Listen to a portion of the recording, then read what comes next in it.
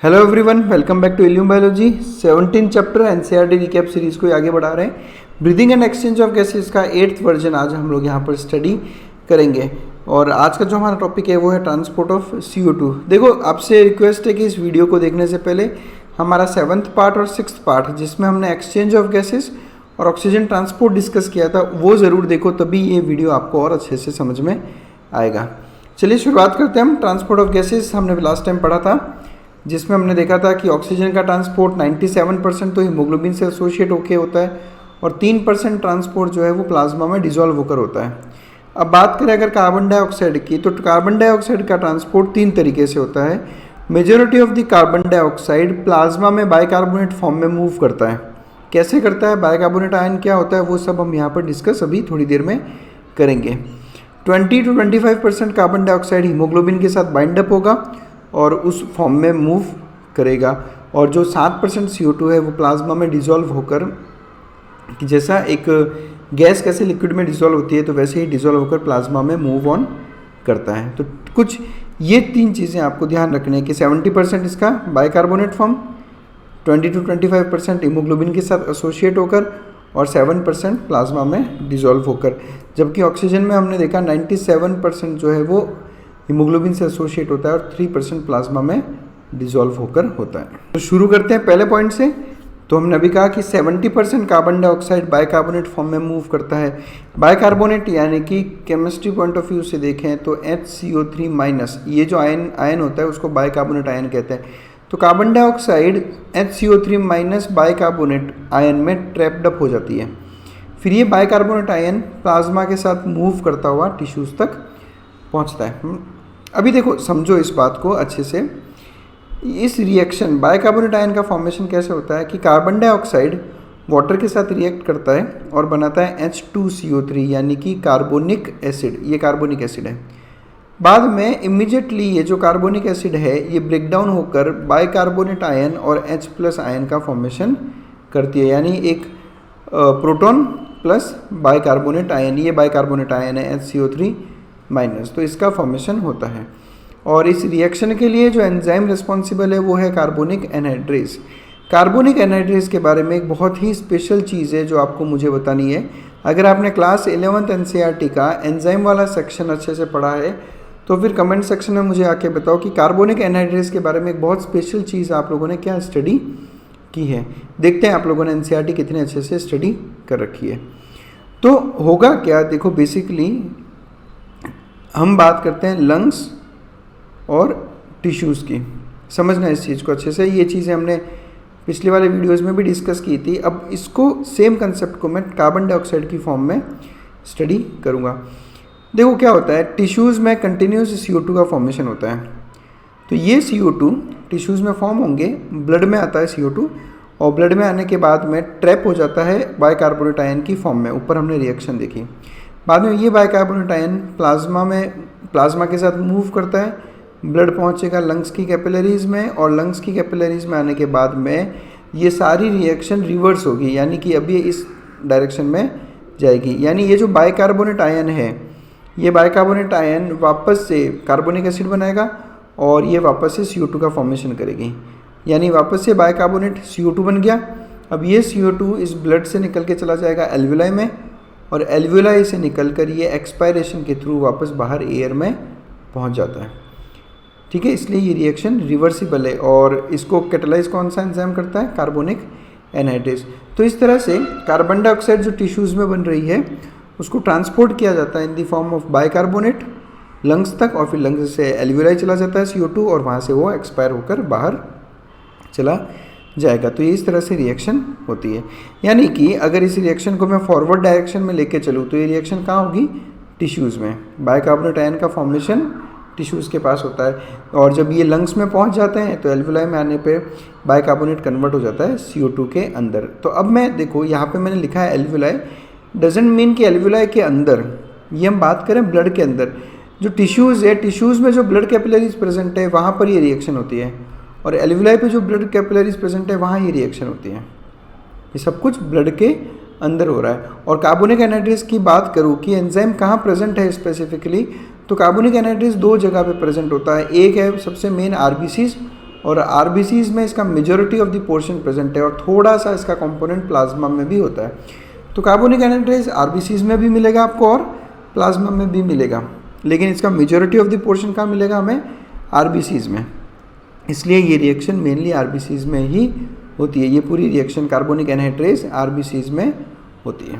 तो ये आपको कंसेप्ट याद रखना है।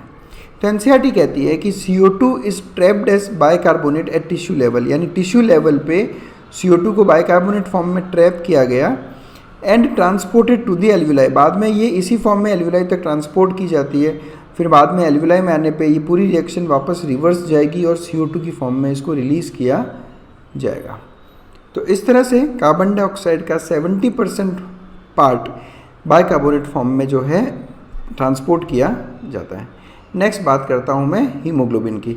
अब देखो, मैंने पिछले वीडियो में भी आपको बताया था कि हीमोग्लोबिन किस तरह से एक टैक्सी का काम करता है। अगर हम अभी प्रेजेंट है एल्वुलाई में, लंग्स में, यानी ब्लड कैपिलरीज की बात कर रहा हूँ और टिश्यूज़, तो एल्वुलाई में क्या ज़्यादा है? O2 ज़्यादा है और CO2 कम है, जबकि टिश्यूज़ में कंटिन्यूस CO2 का फॉर्मेशन हो रहा है और कंटिन्यूस ऑक्सीजन यूज़ हो रही है, तो CO2 ज़्यादा है और O2 कम है। हीमोग्लोबिन ब्लड में प्रेजेंट है, यहाँ पर ऑक्सीजन का पार्शियल प्रेशर ज़्यादा है, तो ये जो हीमोग्लोबिन जो है ये O2 के साथ एसोसिएट हो गया, बन गया ऑक्सी हीमोग्लोबिन। अब ये ऑक्सी हीमोग्लोबिन टिश्यूज़ तक जाएगा। टिश्यूज़ में पहुँचने के बाद में यहाँ पर CO2 का पार्शियल प्रेशर ज़्यादा है, ऑक्सीजन का पार्शियल प्रेशर कम है, तो ऑक्सी हीमोग्लोबिन इमीडिएटली डिसोशिएट होगा। जब ऑक्सी हीमोग्लोबिन डिसोशिएट होगा तो हीमोग्लोबिन अलग हो गया और ऑक्सीजन अलग हो गया। ये ऑक्सीजन यहाँ से चला जाएगा टिश्यूज़ में, ठीक है, और टिश्यूज़ से जो CO2 निकला वो बाइंड हो जाएगा हीमोग्लोबिन के साथ में। जब हीमोग्लोबिन और कार्बन डाइऑक्साइड बाइंड होंगे तब जो कंपाउंड बनता है वो है कार्ब अमीनो हीमोग्लोबिन। यहाँ ये फैक्ट ध्यान रखना है कि कार्बन डाइऑक्साइड का हीमोग्लोबिन के साथ बाइंडिंग से कार्ब अमीनो हीमोग्लोबिन बनता है। बहुत से स्टूडेंट्स कंफ्यूज रहते हैं और इसको बोलते हैं कार्बोक्सी हीमोग्लोबिन। ऐसा नहीं है। या बहुत से स्टूडेंट्स मुझे ये भी बताता है कि सर कार्बोक्सी हीमोग्लोबिन और कार्ब अमीनो में हीमोग्लोबिन सेम है क्या? बिल्कुल डिफरेंस है।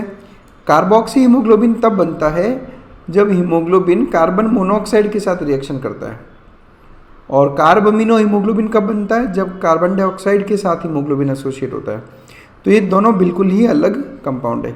अभी कार्ब अमीनो हीमोग्लोबिन बना, अब ब्लड वापस जाएगा एल्वुलाई की तरफ, और एल्वुलाई की तरफ जब ये पहुंचता है तो यहाँ पर आकर ऑक्सीजन का पार्शियल प्रेशर बढ़ गया, CO2 का पार्शियल प्रेशर कम हो गया, तो कार्ब अमीनो हीमोग्लोबिन डिसोशिएट होगा। ये डिसोशिएट होगा तो क्या बन जाएगा? Haemoglobin plus CO2। ये CO2 एल्वुलाई में चला गया जहाँ से इसको एक्सपायर कर दिया जाएगा, और ये हीमोग्लोबिन रह गया। अब हीमोग्लोबिन वापस ऑक्सीजन के साथ बाइंड हो गया। यानी कुल मिलाकर हीमोग्लोबिन क्या है? हीमोग्लोबिन एक कैब सर्विस यानी टैक्सी सर्विस प्रोवाइड करता है, जो ऑक्सीजन को बिठाकर टिश्यूज़ तक छोड़ के आता है, फिर टिश्यूज़ में प्रेजेंट CO2 को बिठाकर लंग्स तक छोड़ता है, और इस तरह से ये पूरी की पूरी साइकिल घूमती रहती है। तो 20 से 25% कार्बन डाइऑक्साइड का ट्रांसपोर्ट हीमोग्लोबिन के साथ एसोसिएट होकर किया जाता है। रिएक्शन देख लेते हैं। हीमोग्लोबिन कार्बन डाइऑक्साइड के साथ बाइंड अप होगा और बनाएगा कार्ब अमीनो हीमोग्लोबिन। ये फॉर्मूला नहीं है, ये केवल रिप्रेजेंट करने का तरीका है, ये इसका एग्जैक्ट फॉर्मूला नहीं होता। याद क्या रखना है? कार्ब अमीनो हीमोग्लोबिन है, कार्बोक्सी हीमोग्लोबिन नहीं है। ये रिएक्शन इस डायरेक्शन में कब जाएगी? जब ऑक्सीजन का पार्शियल प्रेशर कम होगा और कार्बन डाइऑक्साइड का पार्शियल प्रेशर ज़्यादा होगा। यानी रिएक्शन किस लेवल पे होगी? ये होगी टिश्यूज़ के लेवल पे, क्योंकि टिश्यूज़ के लेवल पर ही आपको CO2 ज़्यादा मिलता है और O2 कम मिलता है। जब ये वापस लंग्स की तरफ आ जाएगा तो लंग्स की तरफ आने के बाद में कार्बन अमीनो हीमोग्लोबिन वापस डिसोशिएट होकर हीमोग्लोबिन और CO2 बन जाएंगे। CO2 यहाँ से फिर एक्सहेल कर दी जाती है, और ये रिएक्शन वापस बैकवर्ड कब जाएगी? जब ऑक्सीजन का पार्शियल प्रेशर ज़्यादा होगा और कार्बन डाइऑक्साइड का पार्शियल प्रेशर कम होगा। देखो, बिल्कुल रटने की बात ही नहीं है। आप तो ये देखो, हीमोग्लोबिन O2 के साथ भी बाइंड होगा और CO2 के साथ भी बाइंड होगा, तो इसका बाइंडिंग इस बात पे डिपेंड करता है कि किसका पार्शियल प्रेशर ज़्यादा है। ऑक्सीजन का पार्शियल प्रेशर हाई है तो ऑक्सी हीमोग्लोबिन बनेगा। यहाँ देख लो, ऑक्सीजन का पार्शियल प्रेशर हाई है तो कार्ब अमीनो हीमोग्लोबिन ब्रेकडाउन हो गया, हीमोग्लोबिन फ्री हो गया। हीमोग्लोबिन ऑक्सीजन के साथ बाइंड होकर क्या बना देगा? Oxy haemoglobin. यही जब CO2 का पार्शियल प्रेशर ज़्यादा होगा तो CO2 का पार्शियल प्रेशर ज़्यादा होगा तो यहाँ पर यानी ये टिश्यूज़ के लेवल पे होगा और ये बना देगा कार्ब अमीनो हीमोग्लोबिन। तो जिसका पार्शियल प्रेशर ज़्यादा, हीमोग्लोबिन उसके साथ इजीली बाइंड अप हो जाएगा। ये टिश्यूज़ के लेवल पे हो गया और ये हो गया एल्विलाई के लेवल पे। ये सारी रिएक्शन कुछ इस तरह से चलती रहती है कि ये लंग्स है, लंग्स में हीमोग्लोबिन पहुँचेगा और ये हीमोग्लोबिन ऑक्सीजन के साथ बाइंड हो जाएगा। देखो ये लंग्स से ऑक्सीजन अंदर आई ब्लड में, ये ऑक्सीजन बाइंड अप हो गई हीमोग्लोबिन। हीमोग्लोबिन कहाँ प्रेजेंट है? आरबीसीज में, बाइंड अप हो गई। ये आगे टिश्यूज़ तक आने के बाद ऑक्सीजन चली जाएगी टिश्यूज़ में और टिश्यूज से जो कार्बन डाइऑक्साइड निकली वो कार्बन डाइऑक्साइड हीमोग्लोबिन के साथ बाइंड अप हो गई और इसको लेके आगे लंग्स तक। लंग्स में आने के बाद CO2 एल्विलाई में चली जाएगी, हीमोग्लोबिन फ्री हो जाएगा। ये फ्री हीमोग्लोबिन वापस ऑक्सीजन के साथ बाइंड अप हो जाएगा। तो इस तरह से हीमोग्लोबिन इन दोनों के ट्रांसपोर्ट के लिए रिस्पॉन्सिबल होता है। ऑक्सीजन का जब हमने ट्रांसपोर्ट पढ़ा तब हमने वहाँ पर एक नोट याद करवाया था आपको कि 100 ml ऑक्सीजनेटेड ब्लड टिश्यूज़ को 5 ml ऑक्सीजन प्रोवाइड करता है। ये ध्यान रखना है आपने, 100 ml ऑक्सीजनेटेड ब्लड टिश्यूज़ को 5 ml ऑक्सीजन प्रोवाइड करता है और यही 100 ml डीऑक्सीजनेटेड ब्लड एल्विलाई को 4 ml CO2 प्रोवाइड करता है। तो ये दोनों फैक्ट आपको ध्यान रखने हैं। 100 ml का ऑक्सीजनेटेड ब्लड टिश्यूज़ को 5 ml O2 देता है और 100 ml का डीऑक्सीजनेटेड ब्लड का एल्विलाई को 4 ml CO2 प्रोवाइड करता है। तो आराम से याद हो जाएगा, ऑक्सीजन पूछोगे तो 5 ml और कार्बन डाइऑक्साइड पूछोगे तो 4 ml। तो ये आपको दोनों फैक्ट याद रखने हैं। बहुत ही ज़्यादा इंपॉर्टेंट क्वेश्चन है ये नीट पॉइंट ऑफ व्यू से। तो बस that's it, thanks a lot for connecting with us. I hope आप लोगों को ये वीडियो पसंद आया होगा, तो बने रहिए हमारे साथ में। अभी भी अगर आपको किसी तरह का कोई डाउट रहता है तो आप मुझसे व्हाट्सएप, इंस्टाग्राम और मेल आईडी यहाँ पर कनेक्ट कर सकते हो, या फिर आपको PDF की रिक्वायरमेंट हो तो आप मुझे जो है मैसेज कर सकते हो, वो आपको प्रोवाइड कर दी जाएंगे। Thanks a lot for watching us.